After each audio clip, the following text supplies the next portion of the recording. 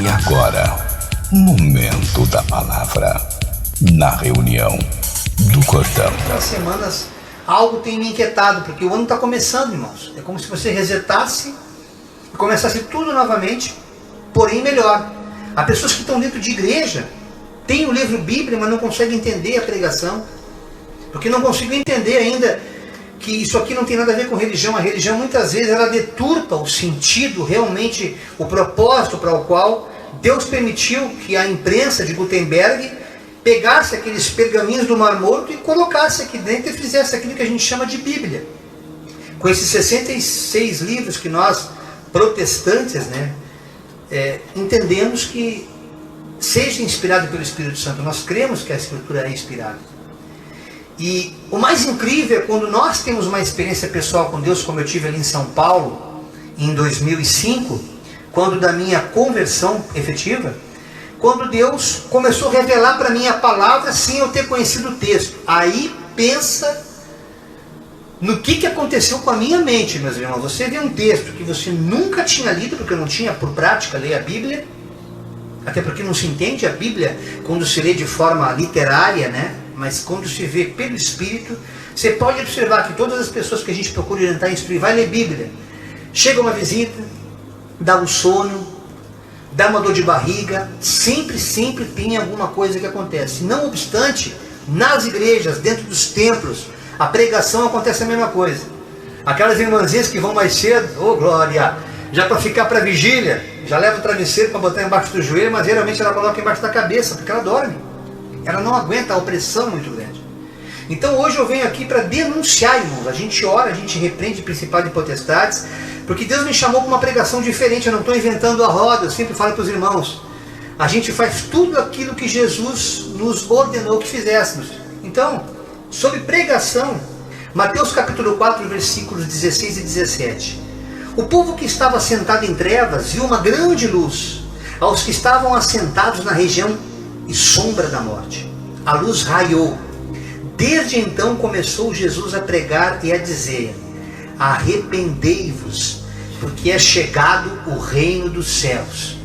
O propósito pelo qual Jesus nos inspirou através da sua própria presença encarnada, quando o Verbo se fez carne, e ele começou a pregar arrependimento. O próprio João Batista, que precedeu a Jesus, falava isso: arrependei-vos, arrependei-vos.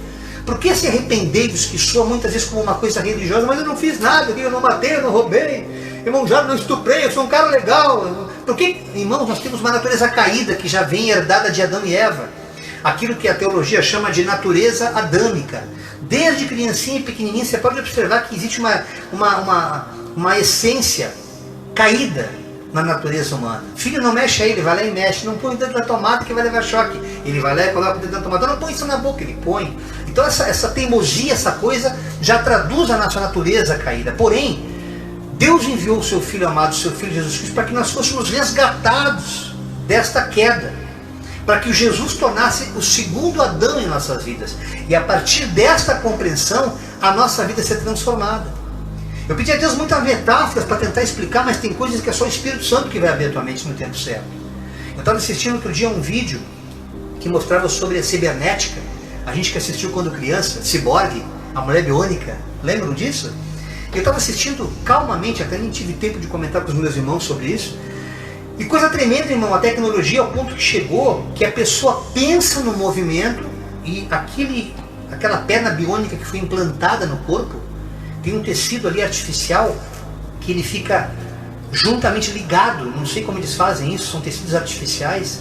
É coisa da ciência.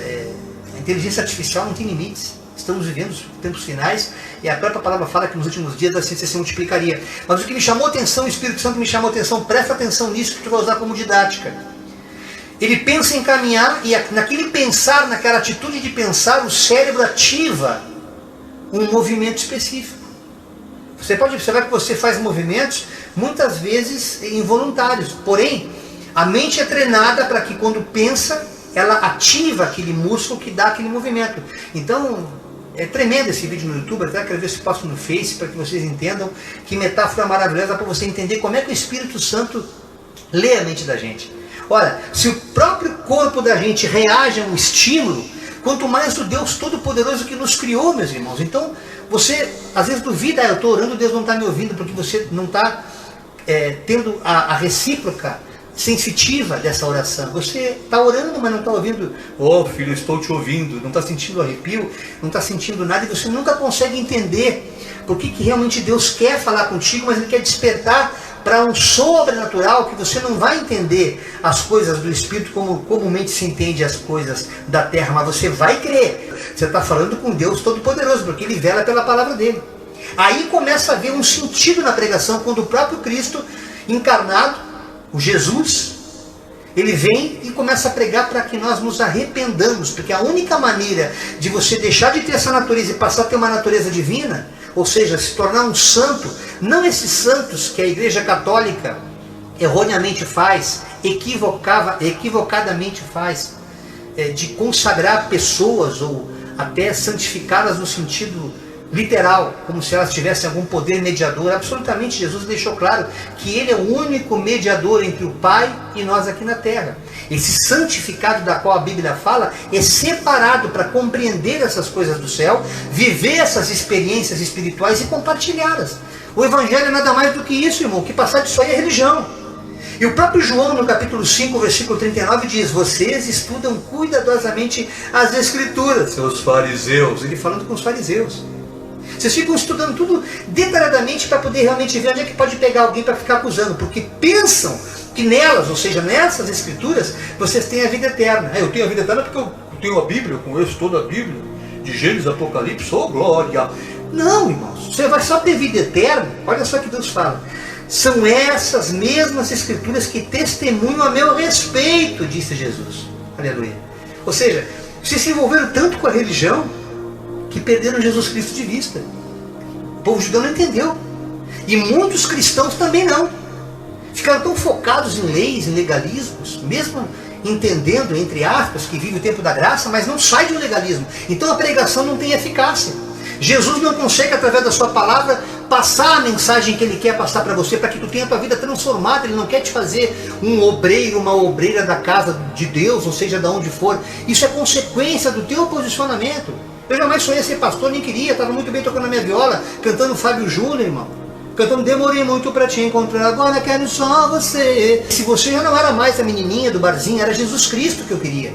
Eu não conseguia nem cantar música secular, porque Ele transformou a minha mente. Aquela pregação que veio do céu provocou uma metanoia, como Paulo fala. E é isso que Ele quer provocar através da sua Escritura. A Bíblia tem esse propósito, de através do texto, a palavra que é Espírito, que é vida, se manifestar. Mas tem gente que não acredita.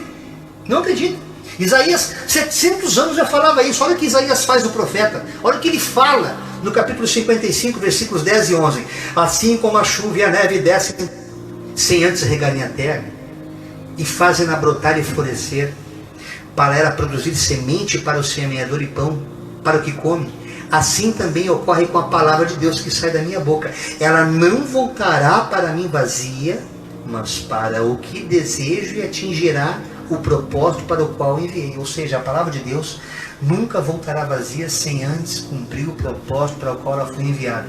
No capítulo 53, muitas vezes ele falou: mas quem creu nessa pregação? Quem creu nessa loucura? Muito poucos creram. Mas a gente vai falar sobre isso. Mas aqui ele fala que a palavra não volta vazia. Ou seja, se você crê que nesse texto Deus fala ser curado e você crê, alguma coisa Deus vai curar nesse momento. Pode não ser a tua enfermidade carnal, mas Ele vai curar a tua alma, para que você compreenda o porquê dele estar submetendo você a essa enfermidade. Pode talvez não ser a reconstrução do teu casamento, mas Ele vai poder te explicar por que está havendo esse rompimento. Porque não andarão dois juntos se não tiver acordo, casa dividida não prospera. O que faz eu agora tu não compreende, compreenderá mais. Até que você esteja maduro através da Escritura, e entendendo que a palavra é Deus falando, ou seja, a pregação verdadeira não é tão somente o que o pastor fala, mas o que ele carrega intrinsecamente na sua homilia, vindo do céu, vindo de Deus. Por isso que Deus quer que nós examinemos as Escrituras. Quando você ouvir uma pregação, você procura pegar uma Bíblia, seja num aplicativo de celular, um livro, e vai examinar para ver se o que esse cara está falando é verdadeiro. Vê até que ponto é verdade o que está sendo dito, para não haver manipulação com a tua mente, como muitos estão hoje sendo manipulados, irmãos. Olha que Paulo fala na primeira carta aos Coríntios, capítulo 15, versículo de 2 a 5. Por meio deste evangelho, esse evangelho que Jesus deixou para a gente, vocês são salvos, desde que, olha só, desde que se apeguem firmemente à palavra que preguei. Caso contrário, vocês têm crido em vão. Pois o que primeiramente lhes transmiti foi o que recebi, que Cristo morreu pelos nossos pecados, segundo as Escrituras, foi sepultado e ressuscitou no terceiro dia, segundo as Escrituras, e apareceu a Pedro e depois aos 12. Irmãos, tudo isso que eu creio é segundo as Escrituras. Acontece que quando você tem uma experiência sobrenatural com Deus, você vai se abrindo para Deus, vai lendo o texto. Senhor, eu tenho convicção que isso aqui que está escrito é verdade. Embora eu não tivesse lá pessoalmente, eu não fui testemunha ocular. Eu não estava lá, eu não vi, não passou na televisão, não vi no jornal, ninguém filmou para me mostrar que isso aqui era verdade, mas eu creio. A partir do momento que você crê nessa palavra e Deus vela pela palavra dele, você começa a ter sinais dessa verdade. Você começa a desfrutar das promessas de Deus através da sua palavra contida na Escritura. Por que então a necessidade da pregação? Olha que Paulo fala aos Romanos 10, 14 a 17. Como, pois, invocarão aquele em quem não creram? Como é que eu vou invocar um Jesus que não me foi apresentado? E como crerão naquele de quem não ouviram, se ninguém pregou? E como ouvirão se não há quem pregue? Ninguém abre a boca, ninguém eu não vou pregar porque eu não sou pastor. Às vezes tem irmãos que falam isso. Não, isso aí é para ti, irmão Jair. Tu tem chamado, aleluia, para pregar. Não, irmão.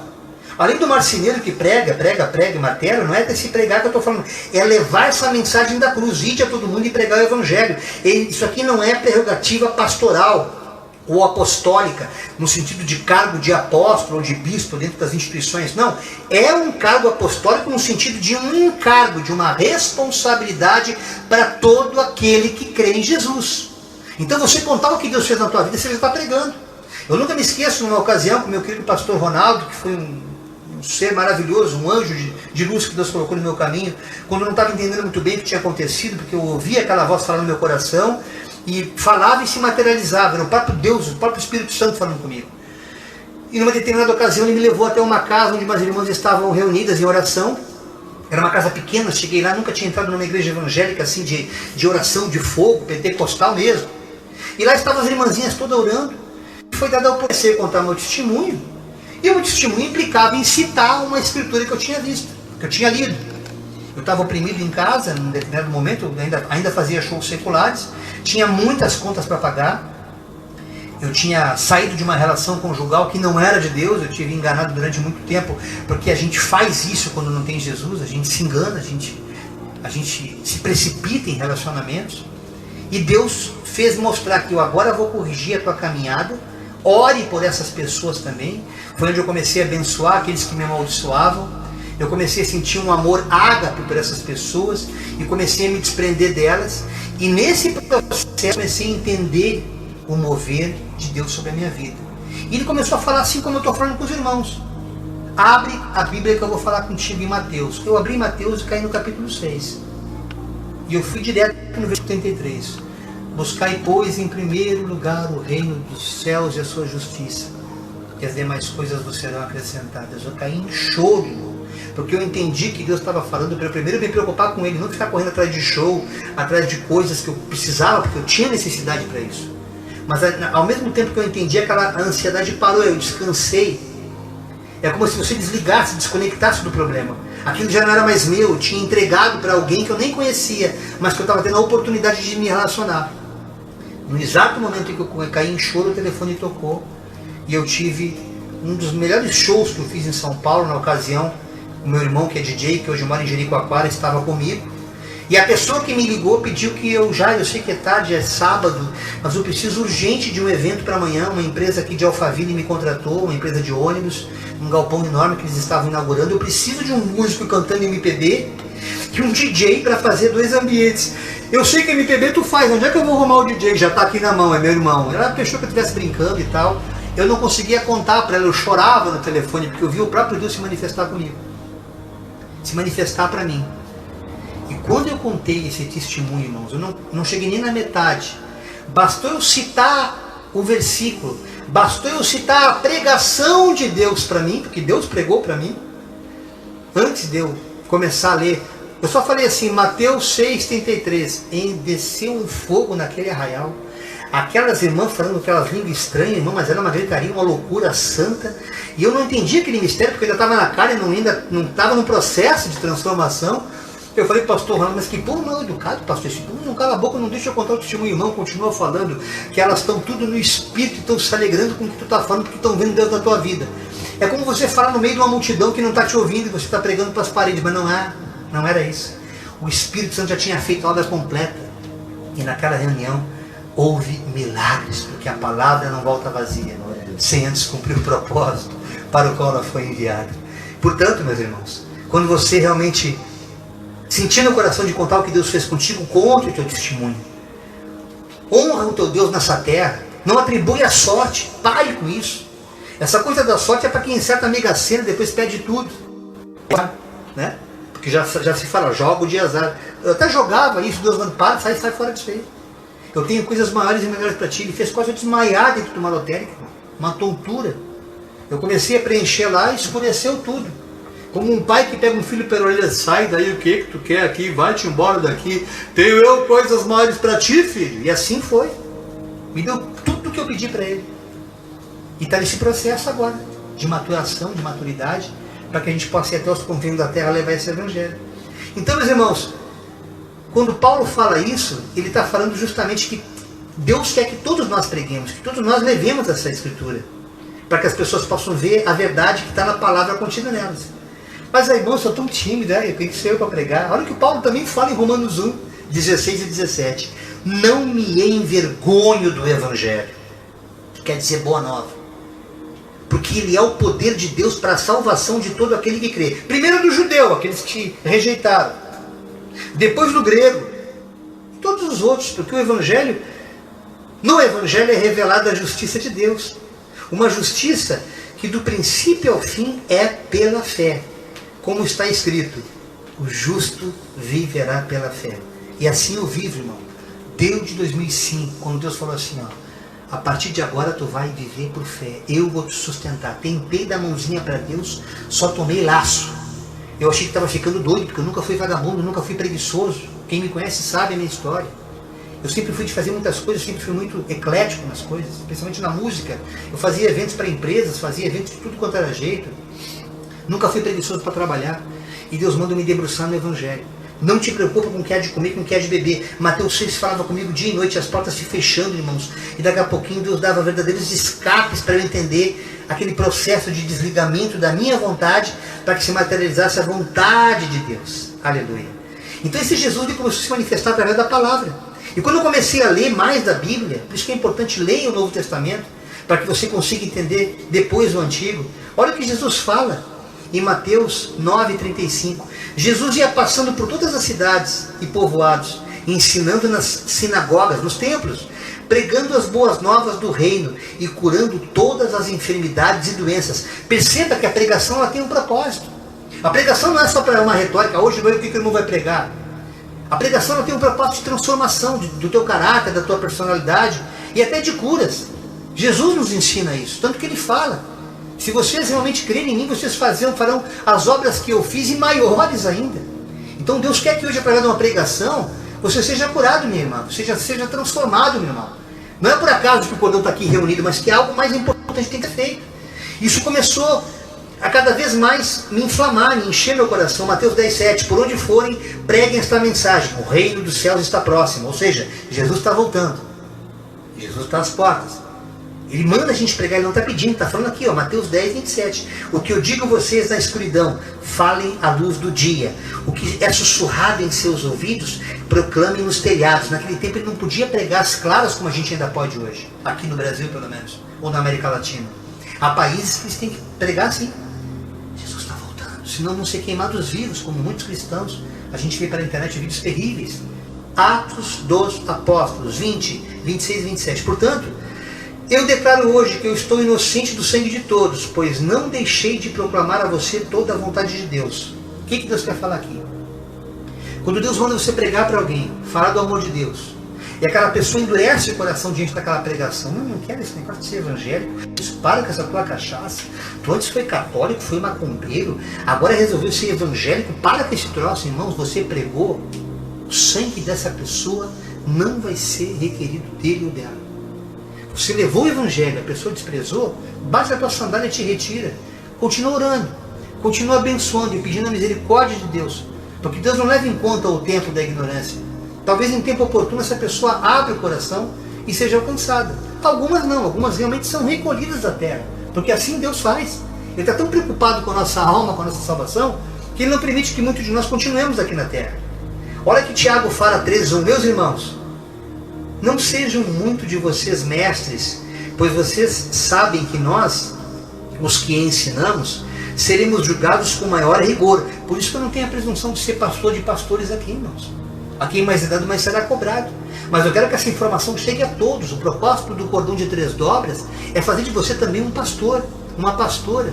Não na teologia, como muitas vezes, na Bíblia onde é que tem pastor, irmão Zero? Deixa de ser idiota, meu irmãozinho querido. Te desidiotiza dessa teologia falida e entenda que o pastoreio aqui não é aquele pastoreio de campo, como era Davi, e nem tampouco um pastoreio litúrgico, mas pastorear é apacentar, é cuidar. Quando você cuida, trata bem a tua família. Porque a própria Bíblia fala, aqueles que não cuidam primeiro dos seus, aqueles que não pastoreiam primeiro os seus, são piores do que o ímpio e têm negado a fé.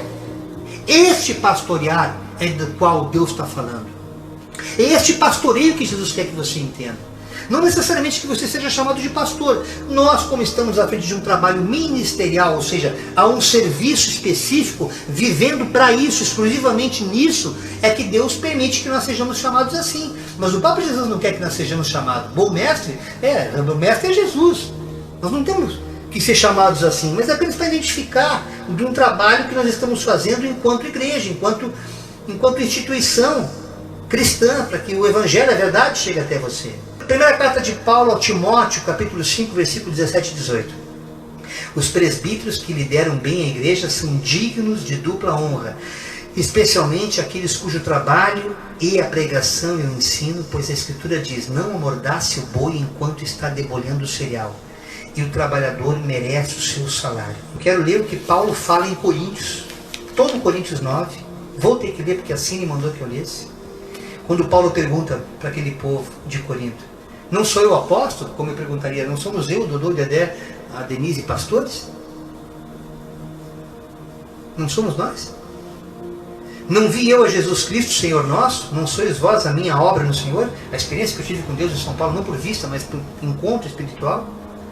Se eu não sou pastor ou apóstolo, para os outros, já que pastor, pá, essa cachaça, Dedé, Dodô, dizer que vocês são pastores, ao menos o sou para vós.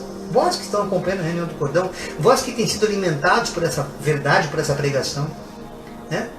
O sou para vós, porque vós sois o ser do meu apostolado no Senhor. Ou seja, quando nós levamos essa mensagem para alguém a ouve e pratica e é abençoada, aí está o ser do teu chamado. Aí está o ser do teu apostolado. Não como um cargo eclesiástico de qualquer instituição, mas como algo real, como o próprio Deus encarnado na tua vida, falando na tua boca. Esta é a minha defesa para com os que me condenam. Então eu estou tranquilo, irmão.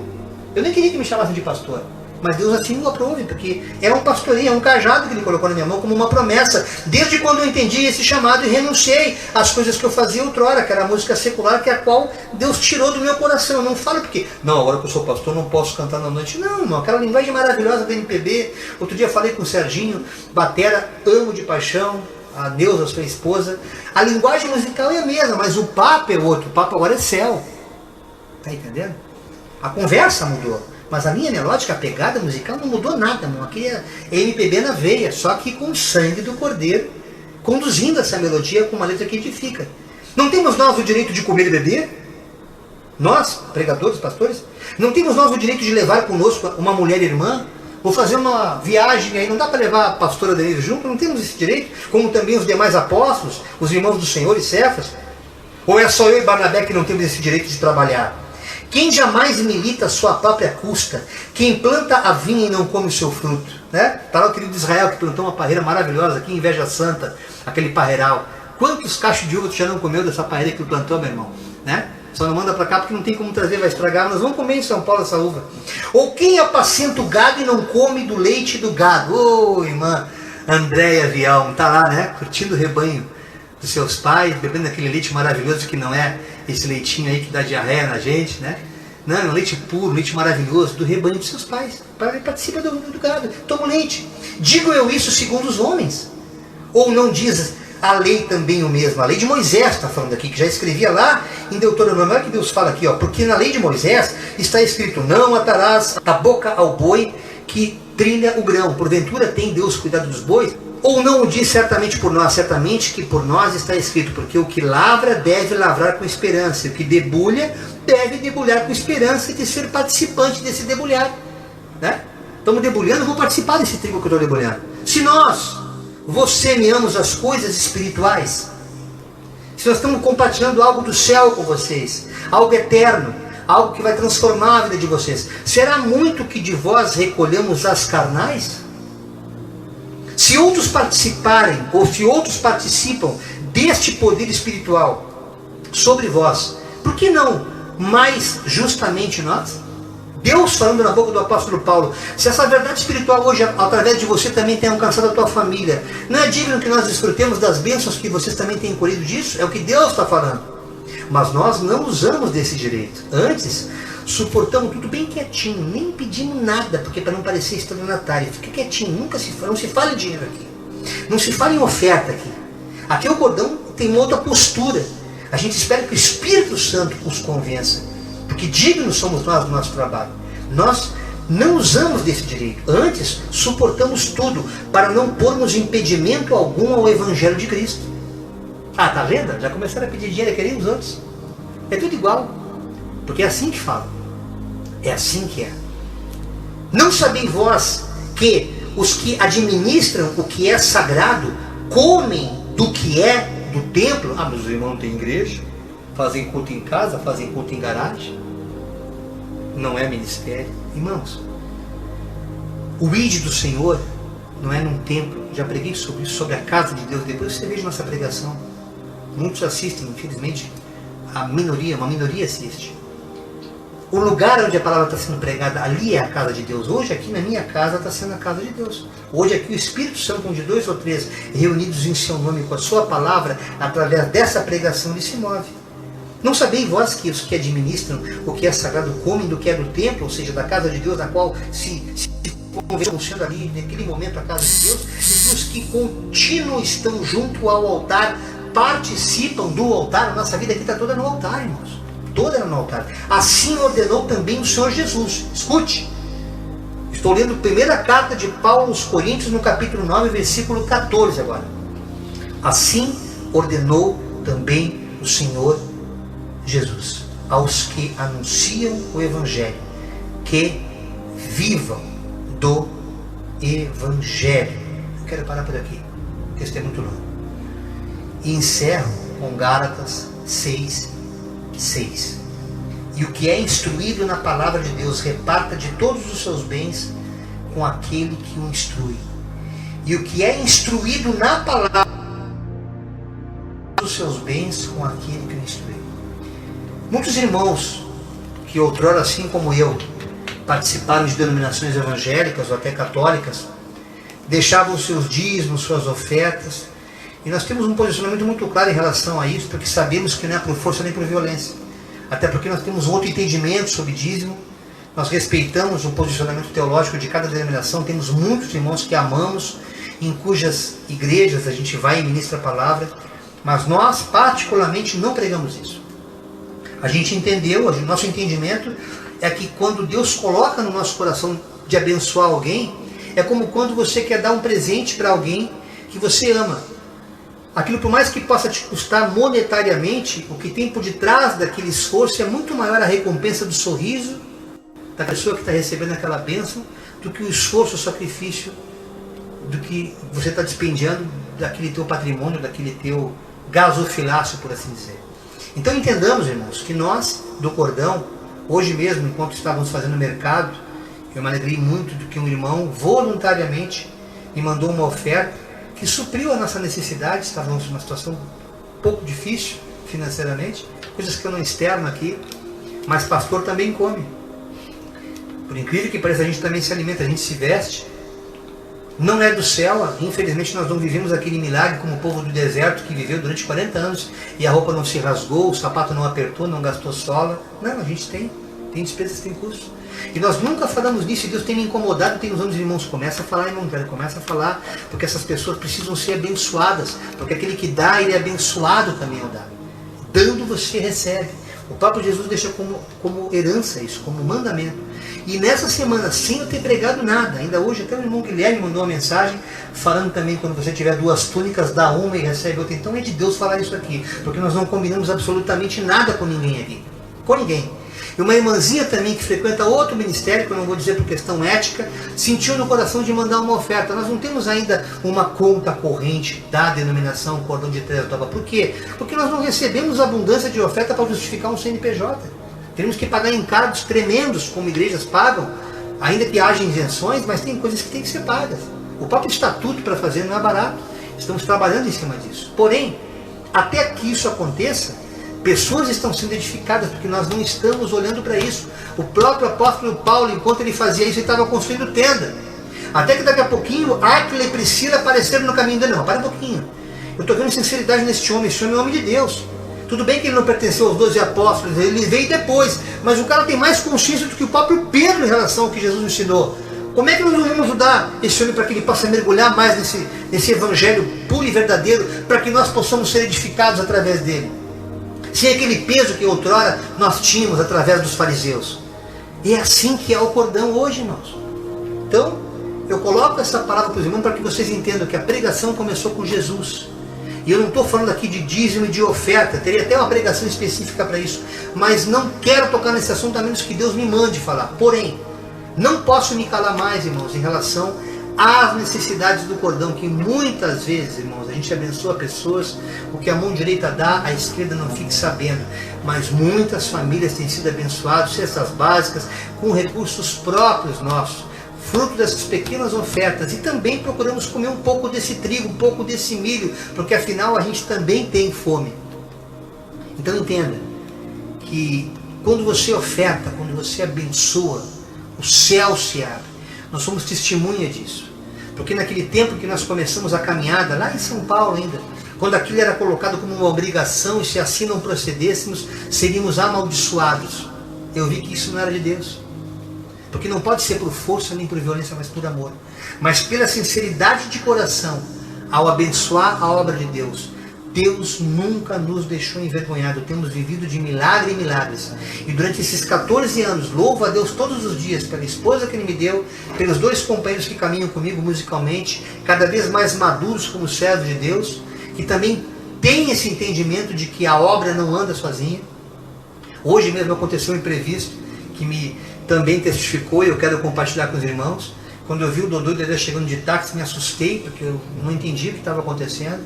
O Dedé vem de Viamão, faz uma viagem, pega o irmão Salvador, que está proibido para o médico dirigir, devido aos problemas de saúde que teve, e nós nos comprometemos muitas vezes levá-lo para casa. Quando o Dedé vem de carro, não precisa. Hoje eu terei que levá-los, e essa gasolina, mesmo que tu chegue no posto e diga assim, já foi pago na cruz, sim, mas aqui tu tem que pagar para a Petrobras. Não tem como, irmão. Não tem como, você está na Terra, você está num planeta onde você come, onde você tem despesas. Então raciocina, você que outrora participava de uma outra estrutura, agora você está nessa liberdade para a qual Cristo te libertou. Não pense você que Deus mudou, Deus ele é o mesmo. Você só deixou a capa da religião, você deixou apenas o farisaísmo. Mas nessa liberdade tem que haver responsabilidade. Tanto que Deus fala, cuida primeiro da tua família. Abençoa a tua mãezinha, se ela precisar de um remédio, compra para ela. Não fique no legalismo de deixar de abençoar pessoas próximas a ti. Separa uma parte dessa renda. Não precisa ser 10%, não precisa ser 20%.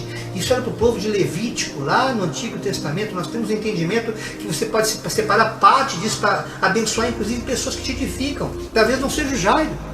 Talvez você tenha um irmão, uma irmã que também vive pela fé, que não tem um trabalho secular, não porque ele é um vagabundo, não porque ele seja uma pessoa irresponsável, não, é porque Deus determinou que assim fosse, como tem sido comigo, irmãos.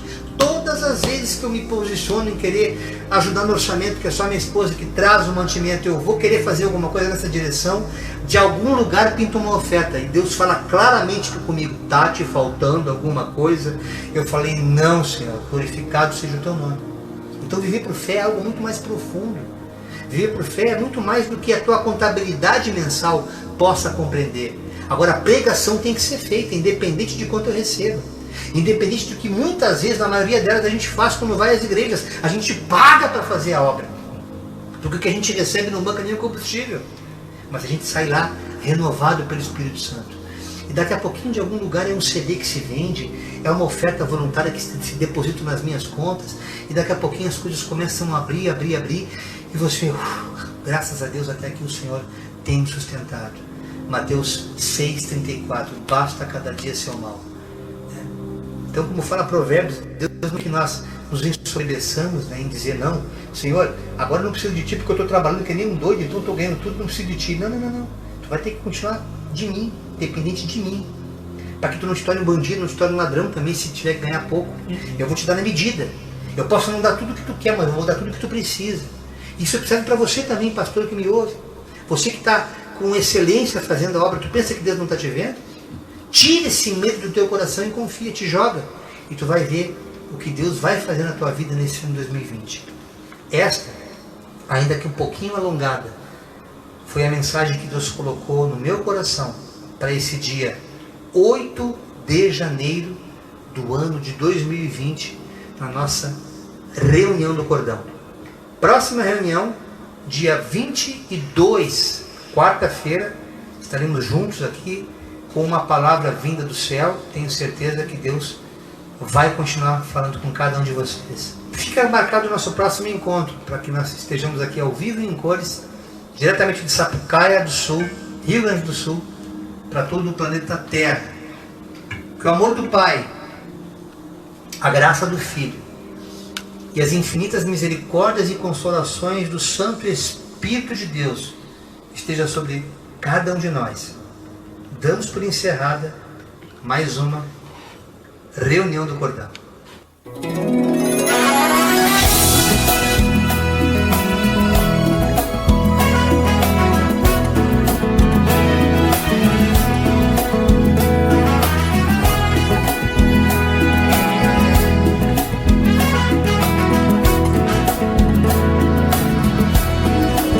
Hoje eu vejo o Senhor nas águas tranquilas, no verde das matas. Hoje eu sinto o Senhor nos dias de chuva ou ensolarados.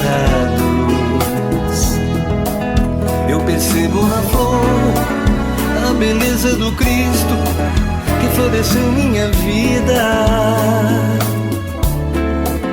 Hoje eu te sinto, Senhor, em cada detalhe que antes não percebia. Mas não foi sempre assim. Houve um tempo em que tudo era só fantasia. Ser feliz para mim era só um momento, um prazer que sumia. Lembrando o que eu senti quando a morte rondava os meus pensamentos. Sem saída eu pedi para que Deus me arrancasse daquela vida vazia. Mas quando eu te encontrei, descobri o valor de querer estar vivo. Hoje um adorador, eu te louvo e te sirvo, pois tu és para mim a razão de minha vida. Estrela da manhã, rosa de Saron, tu és o Deus da vida que me faz ser campeão.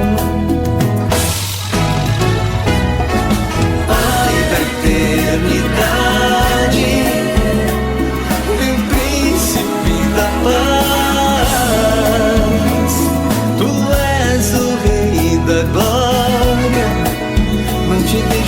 nunca mais. Estrela da manhã, rosa de Saron, tu és o Deus da vida que me faz ser campeão. Pai da eternidade,